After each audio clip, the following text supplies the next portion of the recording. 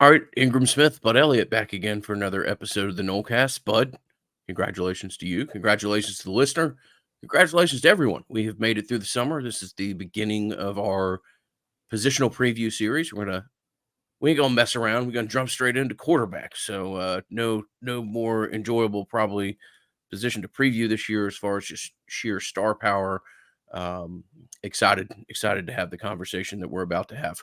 Real quickly, first of all, I want to thank the great people at the Tampa Seminole Club. If you're watching this on YouTube, you'll see Bud's exceptionally high quality rope hat there, Tampa Knowles in the unconquered font. We had a great time. Bud's got a hat on. I've got a wall behind me that will be changing soon, as I might have legitimately bought like 25% of the silent auction. Most of them at good strategic prices. The child in me did just see a signed Derek Brooks poster that I had to go ahead and hit the buy it now on. But no, great time down there. Air conditioning. Not that needing air conditioning in Tampa in August comes as a surprise to anybody, but with the heat advisory on, getting to sit in the very pretty Italian club there and talk to some great Nolecast listeners was an absolute blast. And just want to start the podcast by thanking Michael and everybody associated with the Tampa Seminole Club for having us down there. Man, that was an absolute blast. It was so hot this weekend, so I was extremely happy that we were not having to do the little mini Nolecast episode outdoors. Mike and the whole Tampa club, they do an awesome job, and I mean that was an awesome event before us. We were really fortunate that they were able to have us down, and look forward to working with them again. It was great to see a lot of our fans come out there. We will not be putting that speech on the podcast feed. And it's not that we say anything that we wouldn't necessarily want on the pod feed. It's just that when you podcast, you try to speak in such a way that you're not being taken out of context, right? And clipped. But when you're in a room and it's not recorded, you can be a little more conversational when you're doing the Q&A stuff. And so like, I wouldn't want that type of stuff snipped and taken out of context without the question that was being asked from the audience. So anyway, yeah, let's jump into these awesome season previews, man. What we got on deck for us first? A guy named Jordan Travis, if you're not familiar, in the broader positional group of quarterbacks. Excited to, excuse me, bud. Excited to jump in here. Jordan has blossomed into one of the more kind of dynamic players in college football, and excited to look at the room as a whole. So with that, let's jump into the QB preview. All right, last year, for a guy that had a reputation as being injury prone, did stay mostly healthy, played over 750 snaps, which is not missing much time at all, and had a really awesome year. I mean, 3,214 yards, right? Overall, 24-5, touchdown interception ratio, completion percentage 64. I mean, success rate just 1 point off 50%, which is very, very good. Like, look, man, I want to do these in like an accurate and positive way, but also ask some questions that to me are like intriguing as to how can these guys get better? We got a lot of questions in that Tampa Knowles thing. How can FSU make the playoffs? And then what would they need to happen for them to win a national title? And we literally got that question. And that's an answer I wouldn't mind putting out there on the socials. And it was, well, you probably need Jordan to do things that would allow him to level up from a back half of the draft type projection to a top half of the draft projection. And I mean, you took the even more obvious part. It's like you need Jordan Travis to stay healthy for every meaningful game, basically, right? Because the guy is absolutely one of the best players on the team. He is I think top 5 or top 10 in the Heisman odds, depending on where you look, which is very very high praise to start the year. And I think he's going to improve, man. I mean, he's a 23-year-old guy in year 4 of Mike's system. You got to think that just his comfort level just keeps increasing. Having been to practice, Jordan is where you would think he would be right now. I'll put it that way. And most of the times in practice, I didn't see the scrimmage that took place last night, but most of the times in practice, his legs aren't part of the equation. You've seen the developed passer. I got to watch 3 practices in a row last week. Jordan overthrew one ball to Jaheim Bell. I mean, it was distinctive as to the one error that he made over three session. Well, look, I didn't watch every rep. It's impossible to do so.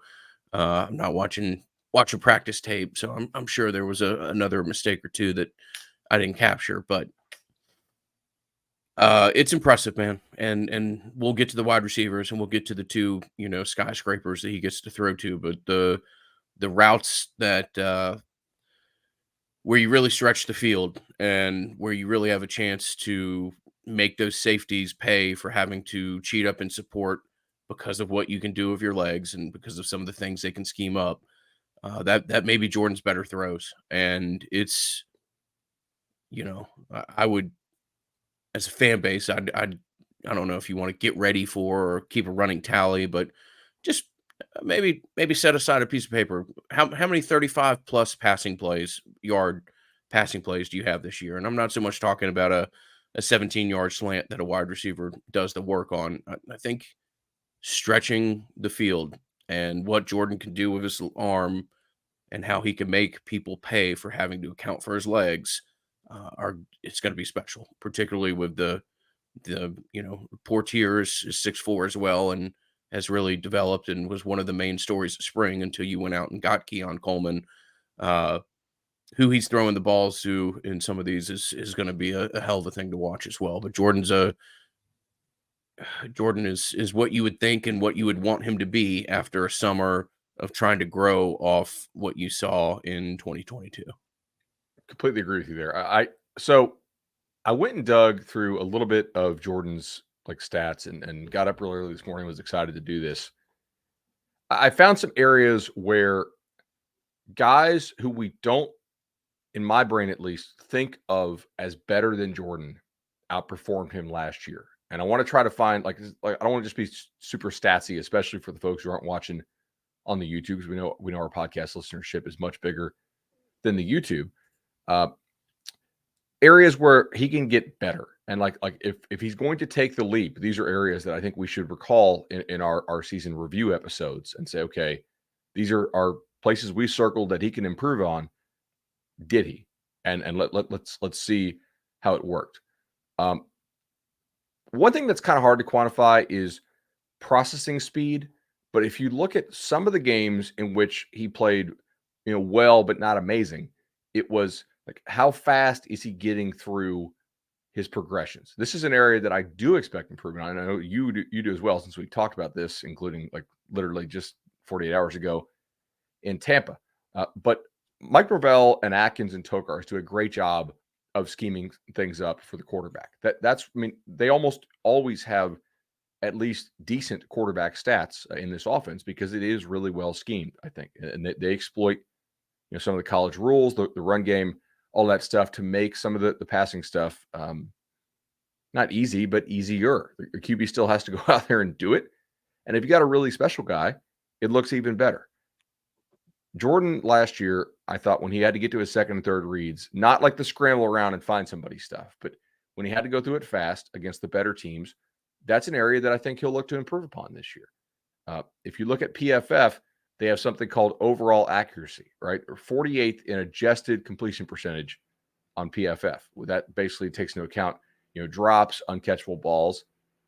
48th is not that's not going to cut it if you're trying to make the playoff, if you're trying to win a playoff game or even two, right? 48th, you can win 10 ball games again doing that. You probably need Jordan to be in that top 25, maybe that top 20 range. So a little more accurate. I think on his first read, he's incredibly accurate. When he has to get through the stuff fast, can he have the right footwork? Can he release the ball consistently, accurately enough on that? So that's one area that I think I'm going to chart this year is where is he in that PFF metric, which is interesting. The other one I want to look at here, and this one kind of surprised me, is good against good. What is your, to steal something from my friend Bill Connolly, your covariance? So some teams have a real high covariance, other teams have a low covariance. And basically, like, do you feast on bad teams and then kind of wilt against good teams? Jordan definitely does not wilt against good teams. He's top 25 in almost all of the stats that I'm about to read. But the guys who are legitimately the best quarterbacks in the sport, the dudes who go in the first round or, like let's say top 100 picks, they seem to all be in the top 5 or top 10 of this. And what I looked at was, what is your quarterback rating against Power 5 bowl teams? So in the Power 5, did you make a bowl? So I feel like it's a decent enough sample for the most part. Like I mean, Florida State had 5 such games. Most of the teams I looked at had at least 4, some as much as like 8, which is imagine playing 8 Power 5 bowl teams. That is difficult.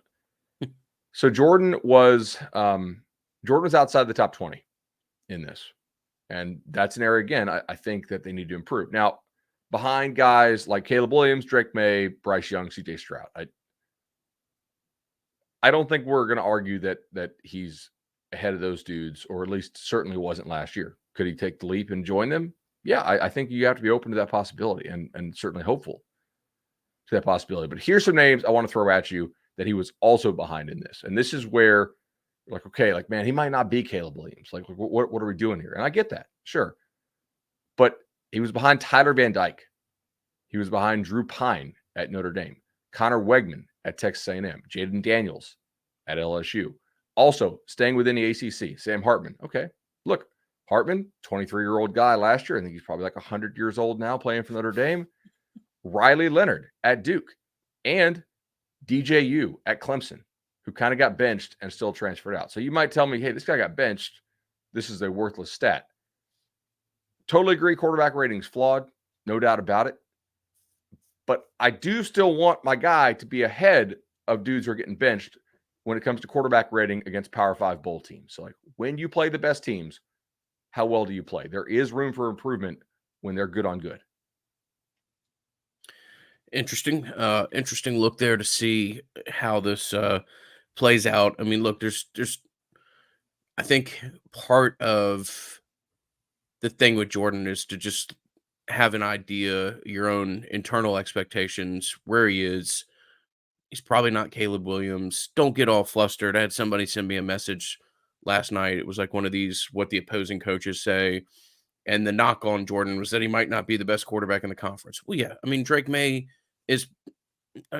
will probably be a top 3 pick. That doesn't mean Jordan is not a super dynamic prospect. Does not mean that he won't have moments this year that make you shake your head, that make you laugh, enjoy just being able to be a Florida State fan. And I think you can have very high expectations of Jordan Travis and feel confident that they're going to come to fruition. Does it mean he's the best quarterback in college football in 2023? Probably not. Does it mean that the dude's got a chance to win the Heisman? Yeah, he does. Yeah. He's going to be a quarterback on one of the programs with a decent amount of momentum and a chance to come out of the gate really strong. And if Florida State, let's just say Florida State beats LSU 38-24 or something like that, okay? Jordan Travis is going to be a top 3 candidate for the Heisman Trophy. Get ready for it. He's going to have moments like last year's UF game that just make you shake your head and wonder, how in the hell did anybody do that? He is going to have highlights throwing 50-yard touchdown passes to Keon Coleman and Johnny Wilson and having 35-yard runs where he leaves everybody in the dust. Jordan Travis has all the recipe and all the ingredients to be a contender for college football's most prestigious awards. So set your barometers appropriately, and just know that you've got one of the bigger guys in the sport when it comes to, like a TikTok highlight or whatever, like in like Right. a 20, if you're looking at a game and you want a 20-second review of what happened, Jordan Travis is one of the more dynamic players in the country. If Jordan wins the Heisman, it basically is going to be, he will have 2 huge games within the first month to cement himself at the top of the Heisman list, right? LSU, Clemson. There's a decent chance that you'll have a game on like an ESPN primetime in the month of October. I could see like a Syracuse, Duke, or Wake. Like all you got to do is just kind of take care of your non-conference stuff, and then be like 2-1 or 3-0 in some coin flip type games, to where it's a Florida State sitting there with 0, 1, or 2 losses most likely by the end of October. And they're playing another team that has a similar number in the loss column. And ESPN's like, hey, let's put them on prime time. And then I think you have a pretty good shot of either the Pitt or Miami game being a primetime game. So he's going to get, I would say, 3 or 4 national primetime games that are on like major ESPN or regular ABC to impress the voters. And they're evenly spread out across the calendar. So the runway is certainly there. He just needs to do it and take off. And as far as the quarterback rating stuff, the last thing I'll say on this, because Jordan's legs are so special, it doesn't have to be top 5 in that metric for FSU to go where they need to go. I do probably need to see him like top 15, top 12-ish, right? Just to make like that kind of leap. I think top 5 that's really hard to do. You had plenty of guys who were not top 5 last year who still were extremely good. If he can get to somewhere where he's like top 15 QB rating against the best teams they play, plus his legs, which quarterback rating doesn't account for, then yeah, like that's a recipe for a very special season. All right. Tate and Brock Glenn. We want to do a couple minutes on this? Like, did we intentionally leave somebody out there, or well, I guess we need to talk Duppy too, certainly. Yeah. Real quickly, from my opinion, Tate's your backup quarterback right now. Brock Glenn is Brock Glenn. Brock Glenn is the name of the future. Brock Glenn has been very, very impressive. All the way going back to spring when I was able to attend a scrimmage. Mike likes to put his quarterbacks out in live jerseys in their first scrimmage here. So that means Brock Glenn, first having just graduated from high school, was facing Fabian Lovett, Jared Verse in live. They're able to tee off on him if they can. Brock Glenn was impressive in the spring. Brock Glenn has been impressive in the fall. I still think Tate is your backup quarterback. If something happens to Jordan rolls his ankle in the first quarter of the Southern Miss game, I would expect Tate Rodemaker to run out and take the next snap. If Jordan rolls his ankle in sometime in November, it may well be Brock Glenn. Brock Glenn's coming. So that's my quarterback preview when it comes to what's after Jordan. Post scrimmage last night, Mike Norvell said Brock Glenn does not think or act like a freshman. So, yeah. And look, I mean, just because Tate is likely to be the backup because of how far along he is within the system, and there's no law that says Tate Rodemaker cannot also keep improving and getting better. I think we have a hell of a quarterback battle on our hands come next spring. Oh, next spring, assuming both are there. Watch and put Krumhawk in the equation. It's going to be a fun time to watch Florida State quarterbacks. But no, it is very interesting. Duffy's had some nice moments. I was at practice a couple days ago where he tucked the ball and ran 60 yards on the defense. I would just think that, right now, Brock Glenn is emerging. Rodemaker has the second spot pretty well secured. We'll just see what occurs, from there. All right, man. Also, thanks to our other sponsors as well, the legendary team, 844 FSU Loan. That is 844 FSU Loan. Over 500 loans now to Nolecast listeners. Exceptionally excited to continue to work with those guys. And also Congruity HR Solutions. Can we announce the new Congruity deal yet? I've got to talk with Matt today. Still haven't had a chance to catch up with him. And finally, LaborDayTailgate.com. That is the good people at Madison Social. That's what they're doing for the LSU game.